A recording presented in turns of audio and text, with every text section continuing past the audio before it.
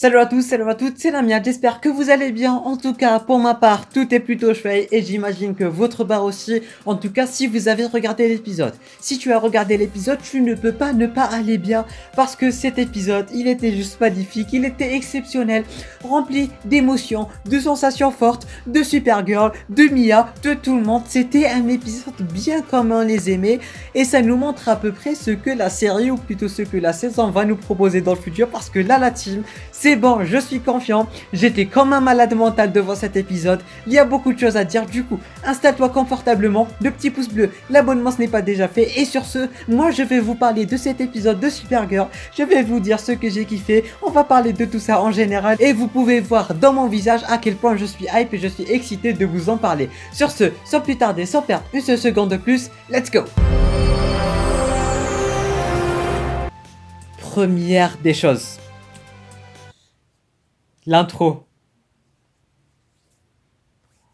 Ok, ça commence à devenir malaisant, mais la team, l'intro. Ça fait 2 saisons, on n'a pas entendu le fameux My name is Kara Zor-El, I'm from Krypton, I'm a refugee on this planet.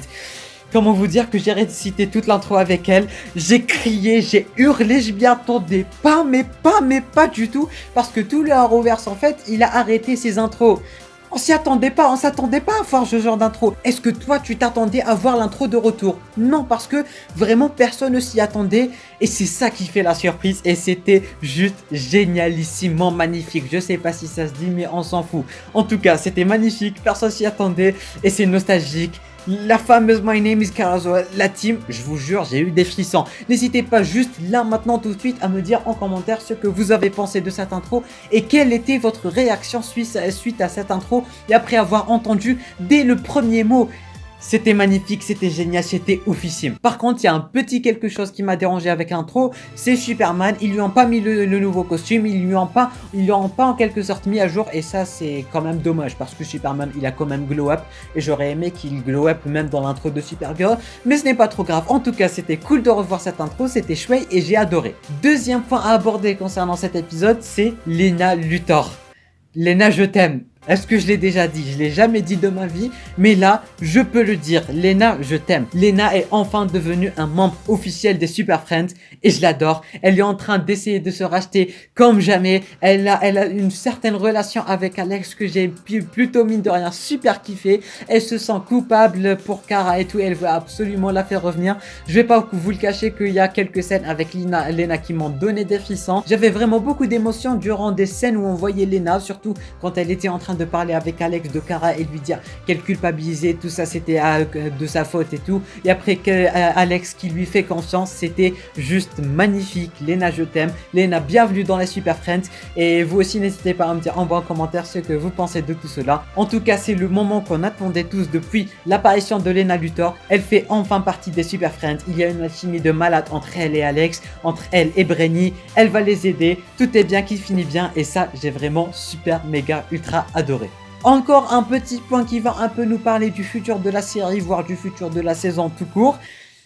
Est-ce que vous savez que ça fait 3 saisons qu'on n'a pas vu un personnage voler? Et la scène, on voyait Megan voler, suivre l'âme de je ne sais plus qui. Bon, on va pas dire que c'était super bien fait, on va pas dire que c'était excellent, mais ça fait longtemps on n'a pas vu quelqu'un voler.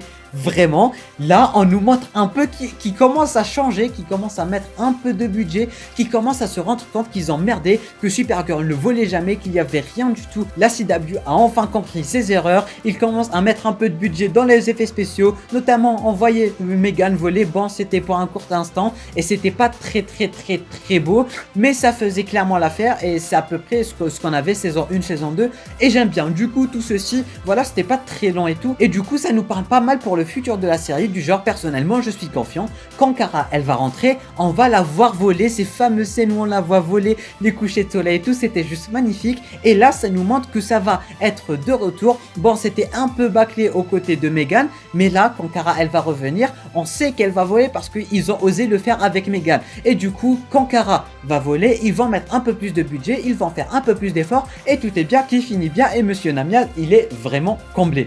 Maintenant, on se tourne vers quelque chose que j'avais déjà dit dans une précédente vidéo Supergirl, voire dans la précédente vidéo Supergirl tout court. Ça va concerner les fantômes. Ils se comportent toujours comme des méchants de Power Rangers. Ils sont toujours aussi chiants, ils sont toujours aussi dégueulasses, ils sont toujours aussi mal faits. Voilà, on met ça de côté, mais toute l'intrigue de l'épisode et le fait qu'ils essayent de faire de l'autre mieux et que ça change du précédent épisode, en fait, ça camoufle en quelque sorte le fait que les fantômes soient dégueulasses et qu'ils se comportent comme des méchants de Power Rangers et qu'ils aient des cascades de dégueulasses en fait, tout simplement. Tout ceci pour dire que l'épisode, il était juste excellent, mis à part les fantômes, et on s'en fout un peu vu qu'on va plus jamais les revoir. Cet épisode était le dernier épisode où on voit Kara dans la dimension fantôme, malgré qu'elle avait démoli le truc et malgré qu'elle s'est faite une nouvelle ennemie dans cette dimension fantôme. Et quelque chose me dit que cette Mixie Spitlick version féminine, on va entendre parler pendant bien longtemps.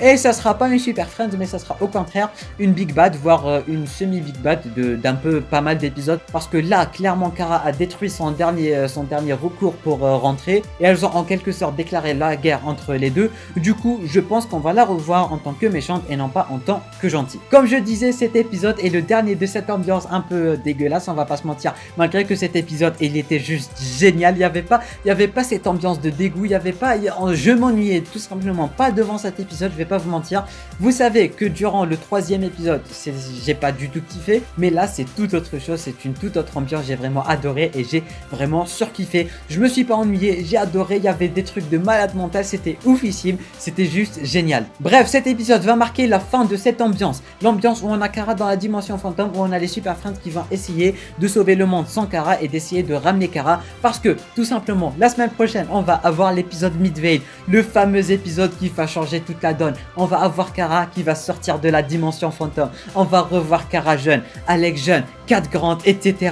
Et après ça va être le retour de notre Supergirl, National City. Elle va voler. Et là il y aura la nouvelle ambiance, le nouveau Big Bad qui va être annoncé. Et là on va vraiment entrer dans les intrigues de cette dernière saison. Je suis absolument méga ultra hypé et impatient surtout. Sur ce, c'est la fin de cette vidéo. Je crois que j'arrête pas de crier durant toute la vidéo, mais on s'en fout.